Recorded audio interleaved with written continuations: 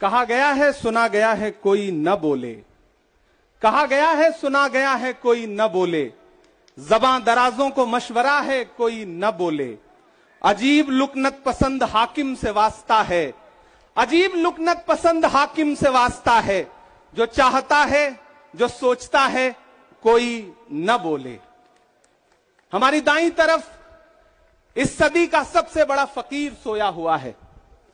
मैं उनकी समाधि से बिल्कुल करीब खड़ा होकर के संकल्प सत्याग्रह में मेरी आंखों के सामने तपती दोपहरी में बड़ी तादाद में मौजूद कांग्रेस पार्टी के सिपाहियों को सलाम करता हूं। नवरात्रि चल रही है, रमजान चल रहा है, मैं रोजे की हालत में हूं। आप तमाम साथी ऐसे होंगे जिन्होंने नवरात्रि के व्रत रखे होंगे और इस पवित्र सप्ताह के बीच में हम खड़े हैं एक हाकिम की सनक के से उपजे हुए एक फैसले के खिलाफ।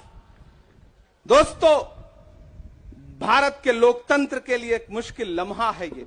याद करिए, जब हाकिम की सनक की वजह से आप लाइनों में लग करके अपने पैसे बदलवाने के लिए बैंकों के साथियों से विनती कर रहे थे, चरौरी मिन्नत कर रहे थे, तब सबसे बड़ी आवाज बन के कौन बोल रहा था? राहुल गांधी। नतीजा क्या निकला? उनकी एसपीजी सुरक्षा वापस ले ली गई। याद करिए, जब गब्बर सिंह टैक्स लगा करके छोटे व्यापारियों को बर्बाद करने का सपना पाला था इस सरकार ने, तो सबसे मजबूत आवाज बन के कौन बोल रहा था? राहुल गांधी। नतीजा क्या निकला? हजारों करोड़ रुपए खर्च करके उनके पीछे ट्रोल आर्मी लगा दी गई। उनकी इमेज खराब करने के लिए जितने तरीके अपना सकती थी भारतीय जनता पार्टी उसने अपनाया। याद करिए कि जब राफेल के मुद्दे पर, राफेल में हुई लूट के खिलाफ एक अकेला शख्स पूरे देश में खड़ा होकर के चौकीदार से पूछ रहा था कि आपकी चौकीदारी का सवाल है, बताइए सच्चाई क्या है, तब उनके पीछे 55 घंटे उन्हें ईडी के ऑफिस में बिठा करके पूछताछ की गई।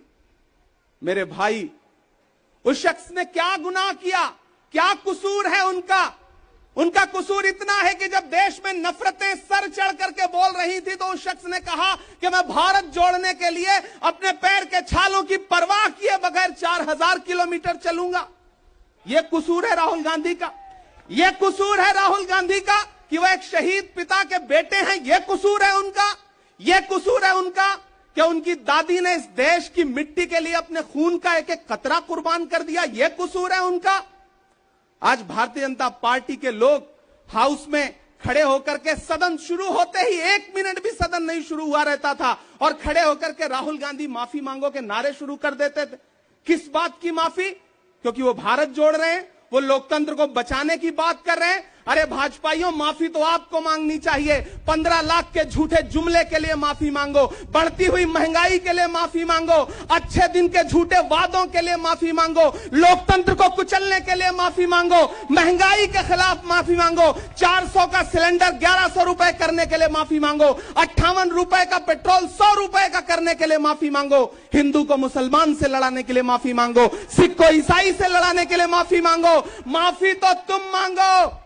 और अगर तुम ये कहते हो कि राहुल गांधी ने विदेश में जाकर के भारत का अपमान किया, तो प्रधानमंत्री जी, मैं आपसे पूछना चाहता हूं कि जब दोहा में, शंघाई में, कैलिफोर्निया में, अमेरिका में खड़े होकर के आप कह रहे थे कि भारत तो सपेरों का देश है, भारत में पैदा होना तो पाप है, प्रधानमंत्री जी, माफी तो आपको मांगनी चाहिए। मैं आज प्रियंका दीदी को सुन रहा था, मेरी आंखों में आंसू थे उनका भाषण सुन करके।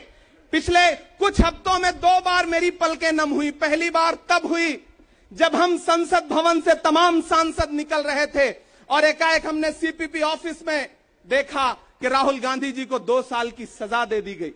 उन लम्हों में मेरी आंख में आंसू थे। मैं शायर हूं तो मैं भावुक हूं, शायद इसलिए मेरी आंखें नम हो जाती हैं ऐसे लम्हों में। आज जब प्रियंका जी बोल रही थी तो मैं उन्हें सुनकर के भी मैं नम हो गया। यह जुल्म है कि जुल्म को कहता हूं साफ जुल्म। यह जुल्म है कि जुल्म को कहता हूं साफ जुल्म। क्या जुल्म कर रहा हूं? मुझे मार दीजिए। जो जख्म बांटते हैं उन्हें जीस्त पे है हक। मैं फूल बांटता हूं, मुझे मार दीजिए।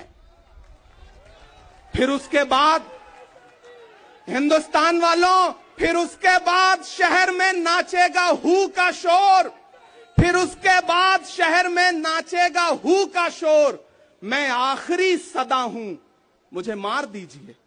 मेरे भाई, इस देश के लोकतंत्र को बचाने के लिए जो सबसे बड़ी आवाज है इस देश के, उसको मारने की, उसको कुचलने की जो कोशिश है, उसके खिलाफ आपको खड़ा तो होना पड़ेगा, आपको बोलना तो पड़ेगा। मैं कभी कभी सोचता हूं कि जब मैं कभी समाधि पर जाऊं तो क्या मुंह दिखाऊंगा महात्मा गांधी को, मैं क्या मुंह दिखाऊंगा राजीव जी को, हम क्या मुंह दिखाएंगे इंदिरा जी को, कि उनके वारिस के साथ, उनके घर के चश्मो चिराग के साथ इस तरह की अपमानजनक बातें की जा रही हैं और देश खामोश बैठा है। सवाल आपसे है, सवाल यहां बैठे हुए लोगों से नहीं है, सवाल आपसे है जो आप कांग्रेस की मोहब्बत में यहां आए हुए। मैं आपको सलाम करता हूं, मैं जानता हूं आप राहुल गांधी जी से मोहब्बत करते हैं, कांग्रेस पार्टी से मोहब्बत करते हैं, प्रियंका जी के सम्मान में आए हुए हैं, खड़गे साहब के सम्मान में आए हुए हैं, मैं जानता हूं, वरना इस तपती दोपहरी में व्रत रख के, रोजा रख करके कौन परेशान होने के लिए आता। आपको मोहब्बत है पार्टी से, लेकिन नया पाने की चाहत में पुराना छूट जाता है। तुझे अपनाऊं तो मुझसे जमाना रूठ जाता है। मोहब्बत पढ़ने लिखने में बहुत आसान है, लेकिन मोहब्बत को निभाने में पसीना छूट जाता है। मैं जानता हूं कि आप पसीने के बीच भी, आप तपती दोपहरी के बीच भी यहां बैठे हैं। क्यों? क्योंकि आपके मन में पीड़ा है, आप देख रहे हैं कि लोकतंत्र को किस तरह से कुचला जा रहा है।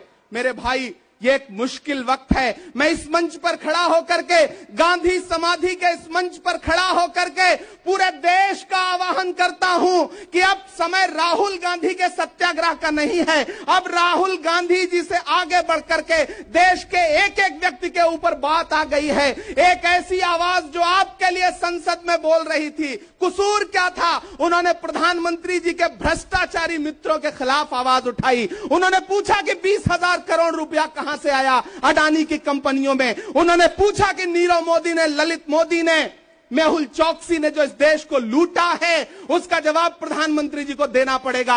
अगर प्रधानमंत्री जी इतना कहने से आप राहुल गांधी जी की सदस्यता ले लेंगे तो हम तमाम सांसद तैयार हैं, ले लीजिए हमारी सदस्यता, लेकिन हम रुकने वाले नहीं हैं, हम झुकने वाले नहीं हैं, हम मुसलसल बोलते रहेंगे। मैं हिंदुस्तान के लोगों से कहना चाहता हूं कि हमने सहराओं में हासिल किया आसानी से, तुम समंदर में भी रहकर न मिले पानी से। ये सियासत के दिए सबके हवाले न करो, मुल्क बिक जाता है एक शख्स की नादानी से। इस शख्स की नादानी से देश बिक रहा है, लोकतंत्र मटिया मेट हो रहा है, संविधान को कुचला जा रहा है। और वो आखिरी सदा जो 7 फरवरी को गूंजी थी पार्लियामेंट में, उसको भी खामोश करने के लिए उसे संसद से निकाल दिया गया है। मैं देश से कहना चाहता हूं कि उन्होंने राहुल गांधी जी को संसद से निकाल दिया है। देश सुने इस बात को कि नरेंद्र मोदी जी और उनकी सरकार ने साम दाम दंड भेद इस्तेमाल करके राहुल गांधी को संसद से निकाल दिया है। अब देश के ऊपर फैसला है, उन्होंने संसद से निकाला है। देश के लोगों, राहुल गांधी को अपने दिल में रखो, अपने दिल में बिठाओ, निकलो पूरे देश में, करो सत्याग्रह। देखते हैं इस हुकूमत की तानाशाही में कितनी ताकत है। अगर कांग्रेस का एक एक कार्यकर्ता जो अपने घरों पर कहीं बैठा हुआ है, मैं उससे भी आह्वान कर रहा हूं कि राहुल गांधी से बढ़ करके ये मसला इस देश के लोकतंत्र तक आ गया है, इसे बचाइए। और राहुल जी शायद अपने घर पर होंगे, यहां हम हजारों की तादाद में उनको समर्थन देने के लिए जुटे हैं। मैं तो बस इतना कह रहा हूं कि मेरे भाई, आपको एक बात समझनी है, और वो ये है कि इस मुश्किल वक्त में हमें राहुल जी से ये कहना है कि लहू में भीगे तमाम मौसम गवाही देंगे कि तुम खड़े थे। एक आखिरी नज्म सुना करके मैं आपसे विदा लूंगा कि लहू में भीगे तमाम मौसम गवाही देंगे कि तुम खड़े थे। शहर का सूरज गवाही देगा कि जब अंधेरों की कोख से निकलने वाले ये सोचते थे कि कोई जुगनू बचा नहीं है, तो तुम खड़े थे, तुम खड़े थे। तुम्हारी आंखों के ताकचों में जलती मशालों ने नई मनाजिल हमें दिखाई। तुम्हारे भाई, तुम्हारी बहनें, तुम्हारी माएं, तुम्हारी मिट्टी का जर्रा जर्रा गवाही देगा कि तुम खड़े थे। हमारी धरती के जिस्म से जब हवस के मारे ये सोचते थे कि सियाह जोंकों की तरह चिमटे तो तुम खड़े थे। तुम्हारी हिम्मत, तुम्हारी अजमत और इस्तकामत तो वो हिमालय है कि जिसकी चोटी तलक पहुंचना न पहले बस में रहा किसी के, न आने वाले दिनों में होगा। सो आने वाली तमाम नस्लें गवाही देंगी कि तुम खड़े थे, कि तुम खड़े थे। हम तमाम लोग, मैंने कहा ना, बहुत सारे लोग यहां व्रत रख करके आए हुए हैं, मैं रोजे से हूं। हम तमाम लोग इस देश के लोकतंत्र को बचाने के लिए राहुल गांधी जी के साथ अलल ऐलान खड़े हैं, खड़े रहेंगे और एक एक सांस तक उनके साथ खड़े रहेंगे। ये हमारा राहुल गांधी जी से वादा है। जिसे खौफ नहीं है मुरझाने का, हम उस गुल के साथ खड़े हैं। कैसा भी दौर आए लेकिन हम राहुल के साथ खड़े हैं। कल भी खुलकर साथ खड़े थे, आज भी खुलकर साथ खड़े हैं। कैसा भी दौर आए लेकिन हम राहुल के साथ खड़े हैं। शुक्रिया।